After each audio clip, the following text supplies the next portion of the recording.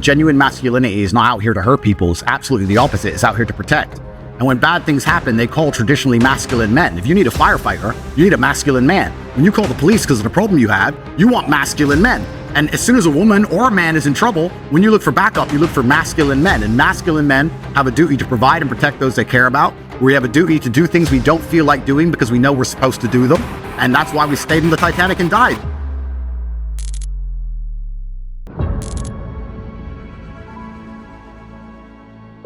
A traditionally masculine man does things he doesn't feel like doing because it is his duty to do them. He charges into the building because it is his duty. Not because he feels like it, because it is his duty. We're now teaching the new generation of men that they don't have duty. We need to be teaching young men to understand that the world is very, very difficult. It's hard to be a man. You're going to feel bad sometimes. You need to suck it up and perform anyway. Not just sit there and cry your eyes out or blame other people.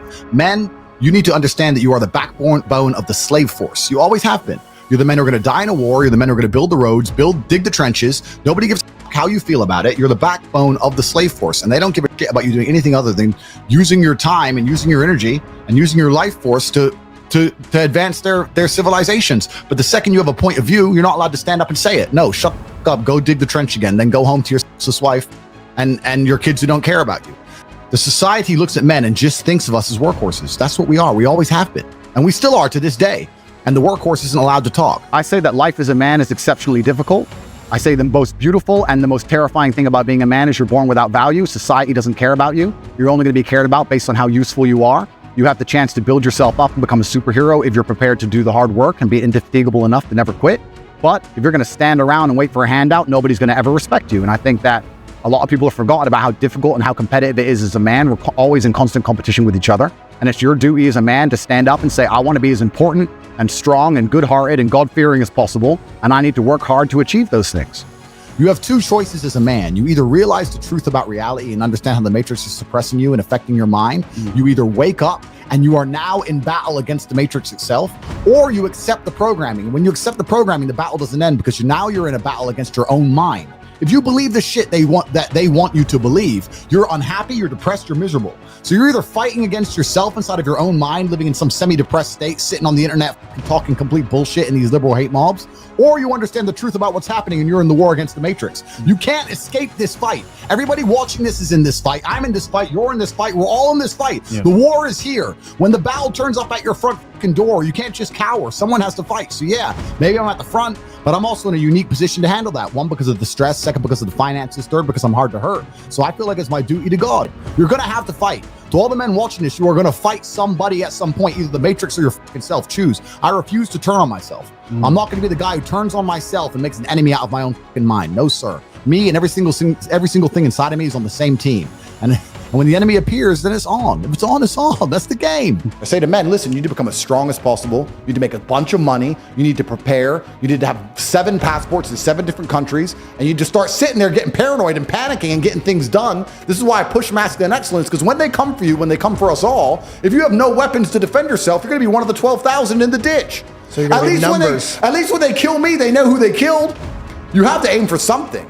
I don't think any man who wakes up and accepts the garbage that the Matrix tells them, that yeah, it's okay to be depressed, like we just talked about. Yeah, you should be running around doing perkies and Adderall and consuming porn and sleeping with a bunch of hoes. And yeah, go to school and get an education and get in debt, and then go get a mortgage and get in debt, and then 9 to 5 and just slave away, and you'll be retired when you're 74. It's going to be fine. All the things they push, all the standardized mechanisms that a man's supposed to live his life by, I believe lead to crippling depression and sadness anyway. I don't think that makes anyone happy. So this war is twofold. You can either fight against the system and be its enemy like I am, or you can accept the system and then you're going to be fighting against yourself.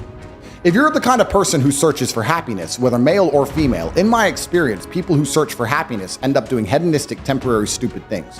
When I find men who search to feel proud of themselves, I want people to be proud of me, and I want to be proud of myself, and I want to be respected. They often delay happiness. They often go through very difficult things and build things which are beautiful or build things which are difficult to do. They often go to the other side of fear to feel that pride. I did it. I faced my fear. I did it. Yeah. So I think as a man, searching for pride or searching to feel proud is a pretty positive mindset for masculine achievement.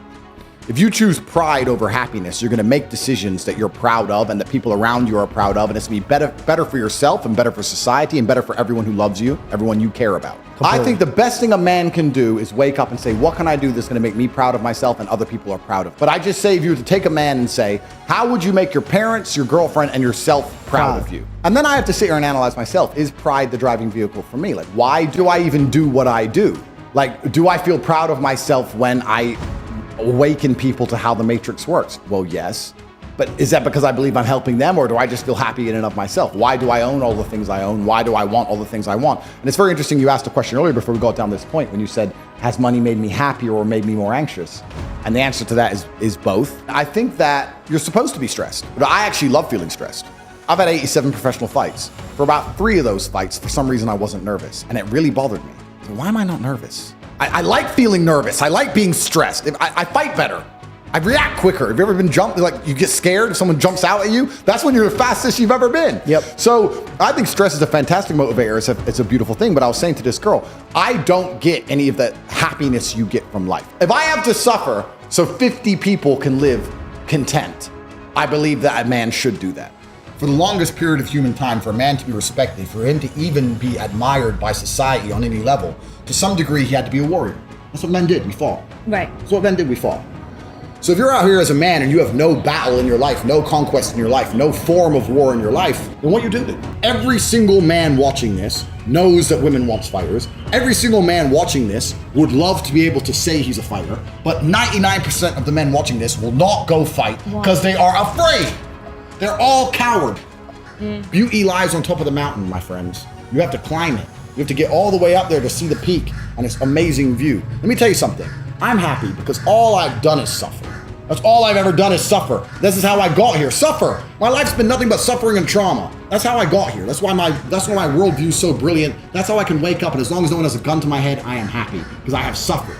If you construct a mindset that allows you to be as competent as possible, as opposed to feel any different or feel better, then you're going to naturally come to the conclusions I've come to. You're as competent as possible if you believe you can affect absolutely everything about your life. You're as competent as possible if you believe absolutely everything that's happened to you, whether good or bad, is completely your fault.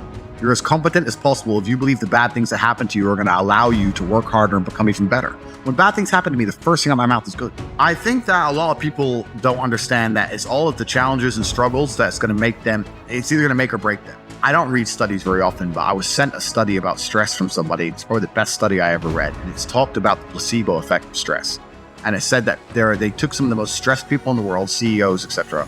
And the ones who believed that stress was really bad for them were dying earlier because of the cortisol inside of their blood. And stress was really bad for them, they were having heart attacks. But the ones who believed that stress was good for them and it made them perform, I perform under pressure, stress is good for me, they were living longer.